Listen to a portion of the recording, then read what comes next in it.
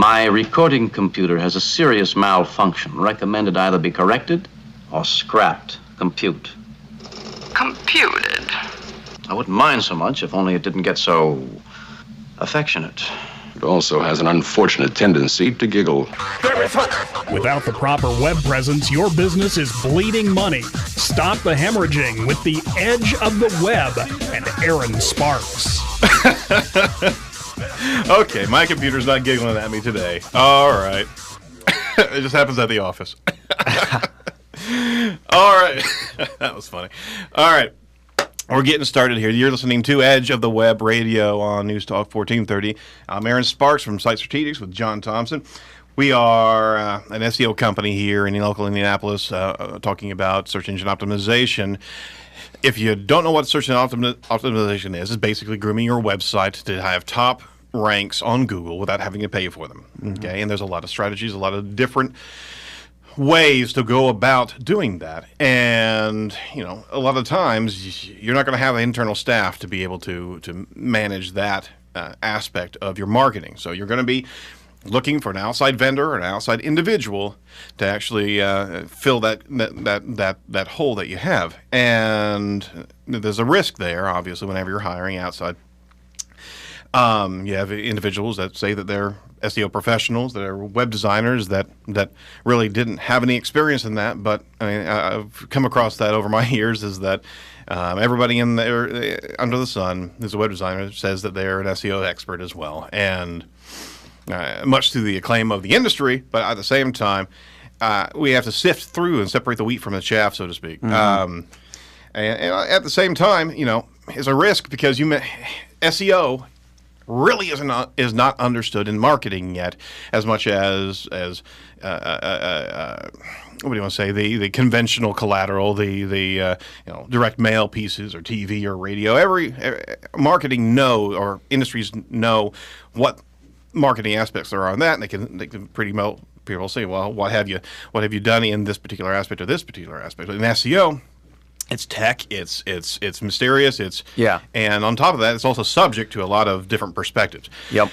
So what we're going to do is give you some ideas on questions that you need to ask if you're hiring any SEO company or professional to help you kind of be armed with a point of view and just like you're interviewing anybody for a job.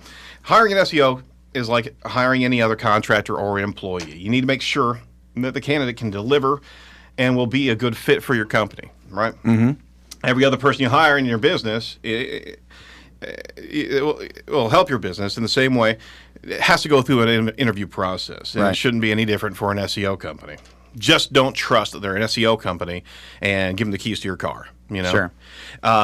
So we got a few questions for him to ask. We surely do. Okay. And this comes from Eric Sue from over at Search Engine Journal. He put together a great list of questions. First, most of these questions are open-ended, inviting long answers that'll help you understand the candidate's philosophy and the approach in his field. Right. All right. Number one question, tell me about your expertise with SEO. This is an open-ended question. Unless the prospect reveal much or as little as they can tell you about the search engine knowledge or their SEO knowledge. It's a question that requires people to think of a great answer on the spot. Okay? Mm-hmm. Number two. Tell me number two, John. Tell me about 3 SEO projects that you are most proud of and why you're proud of them. And they're saying this is a powerful question that can separate the wheat from the chaff. That's right. That's right. There's a lot of people that stumble on this question because they start referring to individual keyword victories rather than specific traffic or conversion improvements. You know, don't just let them say, "Well, I got this website with this keyword up to number 3." Right. On Google. Yep. That really doesn't bear that much fruit if it was an easy word to get. Right. Or if it was such a niche word that there was no revenue or no traffic coming from that. Well, really, if what they need to be listening to, too, is not hearing. They don't want to just stop at the keyword. You want to keep going and say, this is how many rings I've got the phone call to do. This is how many emails I've got them. This is how many conversions I've made. That's where you go a little further. All attributable to the campaign itself. So you need to see whether or not they have an overarching perspective as opposed to specific examples, because if they're not looking at it from a larger sense, then it may be that they're just showing a few positives inside of a negative campaign. Yep. You know, SEO is more than a set of keywords. You know, it's about making an ocean of content and have your site more discoverable to search engines. Right. Another question: what's your number one rule with SEO? It's another open-ended question. Allow you to see how experienced that prospect might be.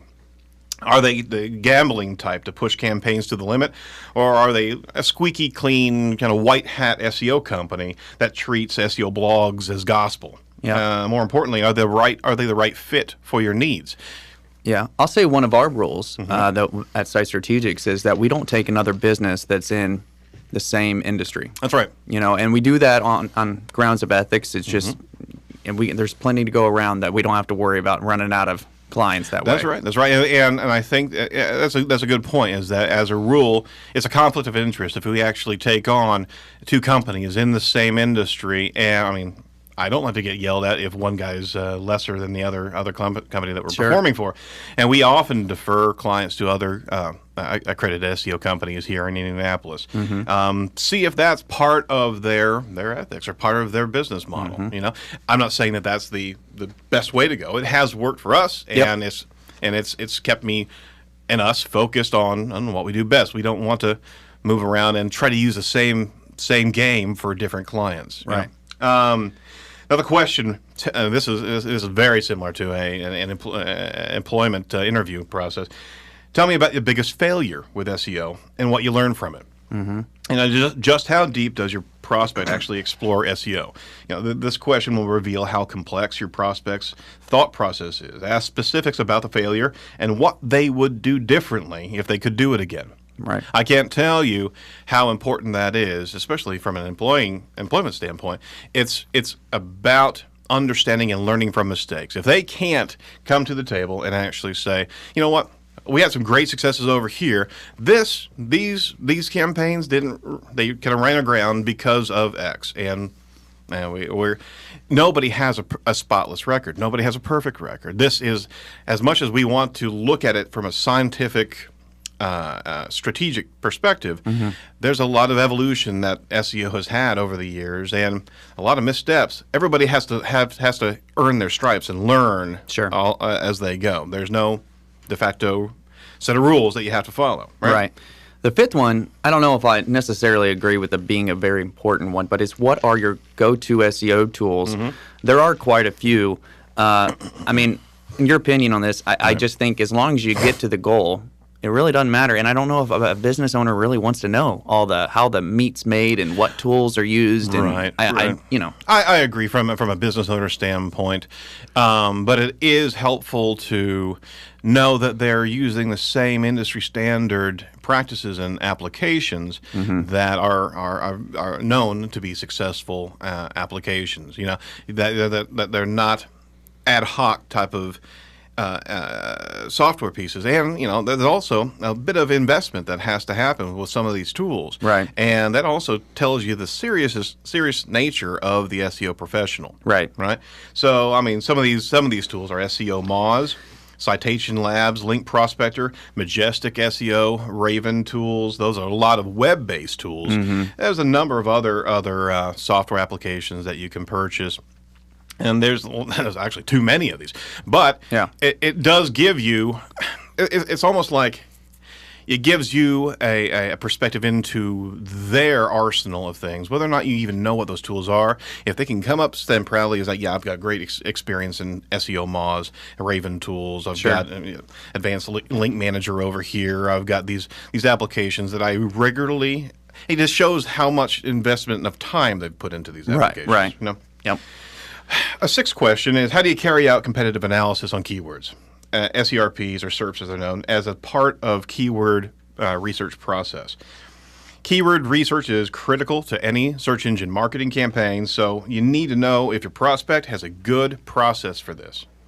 Ain't that the truth? And on top of that, I mean, one of the best tools is Google AdWords keyword tool. Be able to understand different groupings of keywords and permutations of that. Right. But there are some fantastic research applications out there, and you need to know that they just won't take your trophy words and run with them as the ultimate goal. They need to be coming back with you as like, well, I understand that you have these goals for keyword phrases, but here's what my research panned out. And on top of that, here's the keyword efficiency index, or the value of these keywords as they're regularly searched on.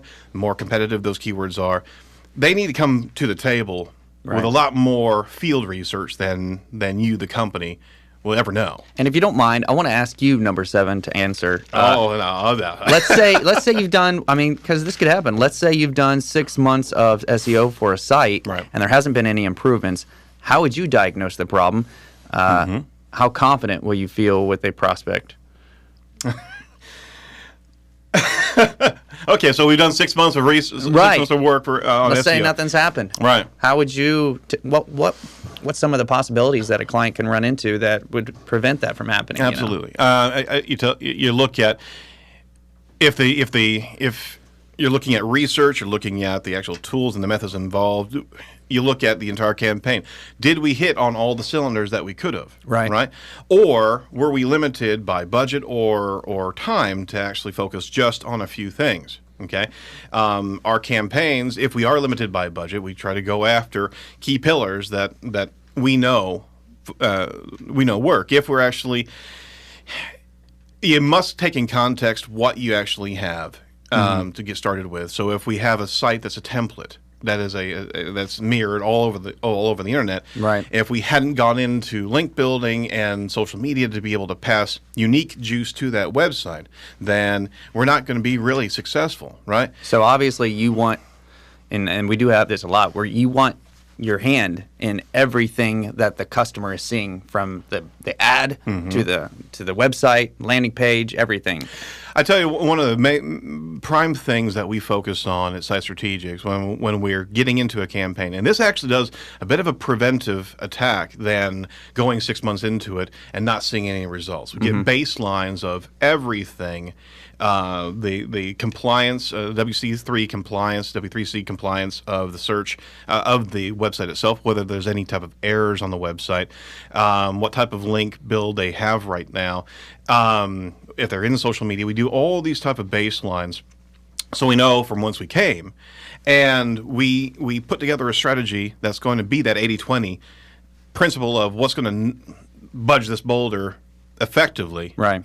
There's plenty of things that could not be looked after during a 6-month campaign, but at the same time, if you plan the strategies right, you're not going to see at the absence of improvement, you're going to see different pieces move in. And if we get back to, well... What? You're hired. I was just rambling there for a second. But you do have to ask that question, is what's going to be the mitigation if in 6 months' time nothing's changed? Yeah. Well, you want to make sure that they have all the strategies in place beforehand, that they're not going off the seat of their pants. Because if they do, most likely there could be something that fails and they have no strategy to actually employ. Okay. One quick one: have you ever outsourced SEO work? And give me one example. Right. An SEO campaign might have a lot of moving parts, and you won't want to be able to juggle all the balls at once. If you need to outsource frequently, then the chances are the prospect will need to do that as well. So the question is, does that potential hire come with some management experience as well? And we're going to be talking about number 9 more. It's actually, what are the effective metrics for tracking a return on investment from SEO? We're going to actually dive into that a little bit more. That's right. After our cylinders, we're going to be talking about the top SEO ROIs for small businesses. You're listening to News Talk 1430 with Site Strategics on Edge of the Web Radio. We'll talk to you real soon.